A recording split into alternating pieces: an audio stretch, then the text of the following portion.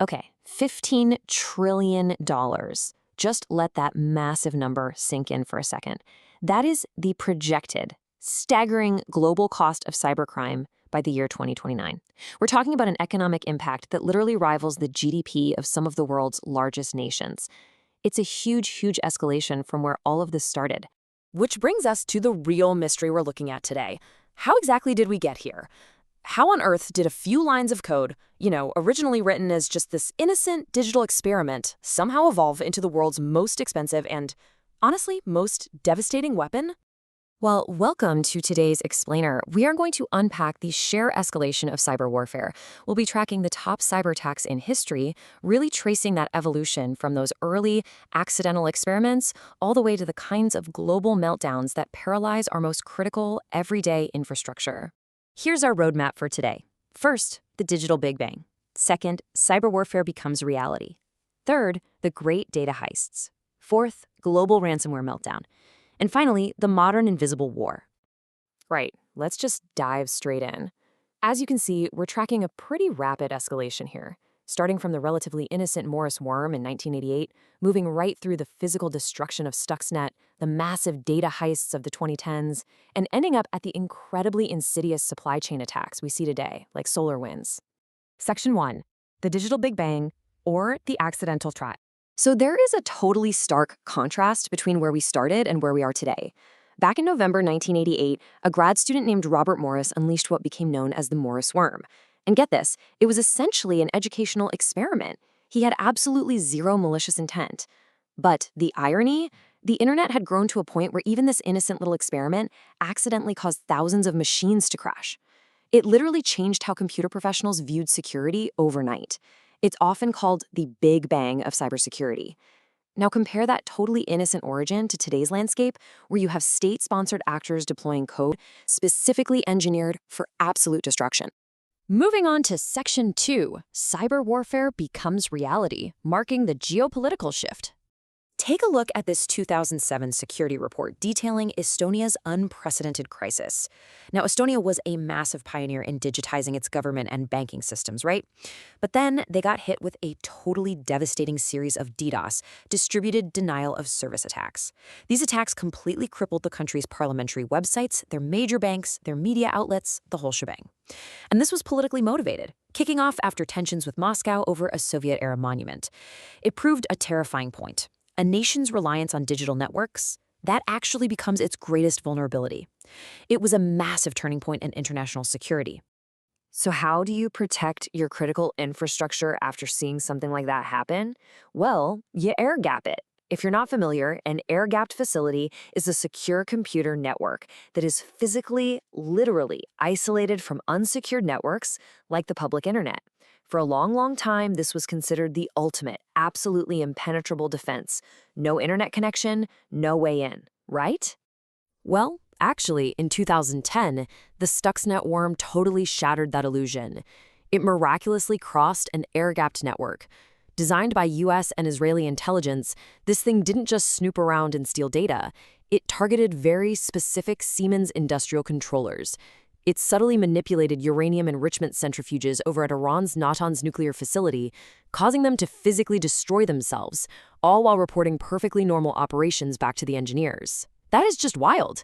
The absolutely crucial takeaway here is that Stuxnet was the first known cyberweapon to cross from the digital realm and cause tangible, real-world physical destruction. It really opened a Pandora's box for international relations. Section 3. The Great Data Heists, diving into the era of corporate breaches. Looking at the corporate breaches around 2013, we really see two very different motives at play. On one side, you've got Yahoo, where attackers, widely attributed to Russian state-sponsored hackers, used forged cookies and spear phishing to compromise a record-breaking 3 billion user accounts between 2013 and 2014. Yes, 3 billion. It's almost hard to wrap your head around. But on the other side, the Target breach in 2013 was purely 100% financially motivated. Hackers managed to steal 40 million credit card numbers right in the middle of the holiday shopping season. But honestly, it's how they did it that's the truly fascinating part. Because the Target breach didn't actually start with Target at all. For step 1, attackers installed malware on a computer belonging to a third-party HVAC vendor. Literally the heating and air conditioning guys. They stole that vendor's credentials just to get a tiny foot in the door of Target's web portal. And that one tiny vulnerability caused this massive ripple effect. Escalating their privileges all the way to step 9, the attackers pushed malware, called Captoxa, onto 40,000 of Target's point-of-sale machines. So as customers were checking out and swiping their cards, the malware scraped the data straight from the machine's memory.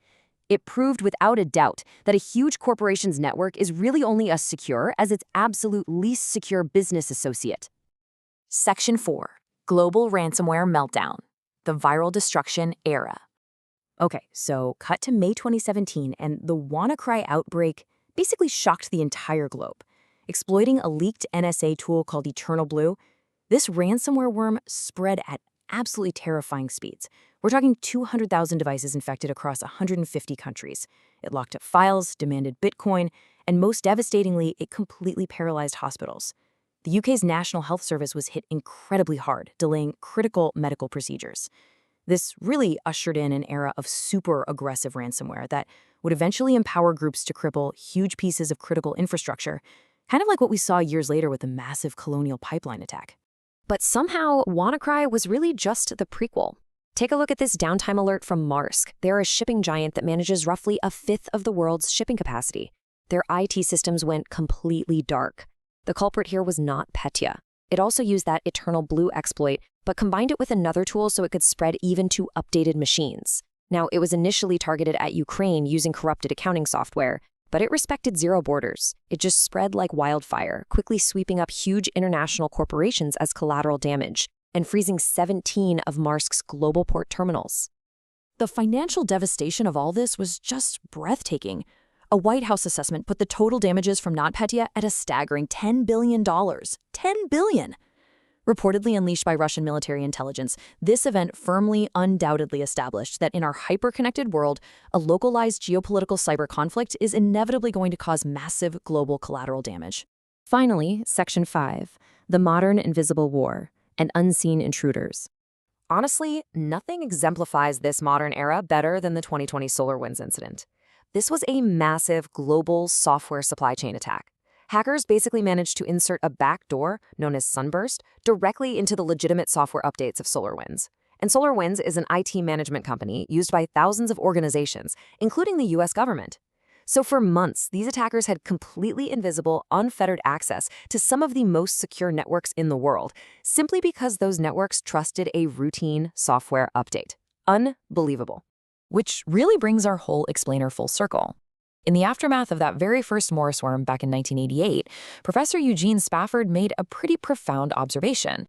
He said, "The only truly secure system is one that is powered off, cast in a block of concrete, and sealed in a lead-lined room with armed guards." And honestly, tracing this timeline from the Morris worm all the way to SolarWinds, we can see exactly what he meant. Any connected system, literally just by its very nature of being connected, carries inherent risk. We have seen exactly how these vulnerabilities scale, haven't we? From a single grad student's honest mistake to billions of stolen passwords, physically disabled nuclear facilities, and crippled global supply chains. So the ultimate question I want to leave you with today is this. As digital threats evolve into these highly sophisticated, totally invisible weapons, what steps are you going to take today to protect your own digital footprint? Take a minute to think about your passwords, your software updates, and just your general awareness. The history of cyber warfare is still being written right now, and for better or worse, we are all a part of it.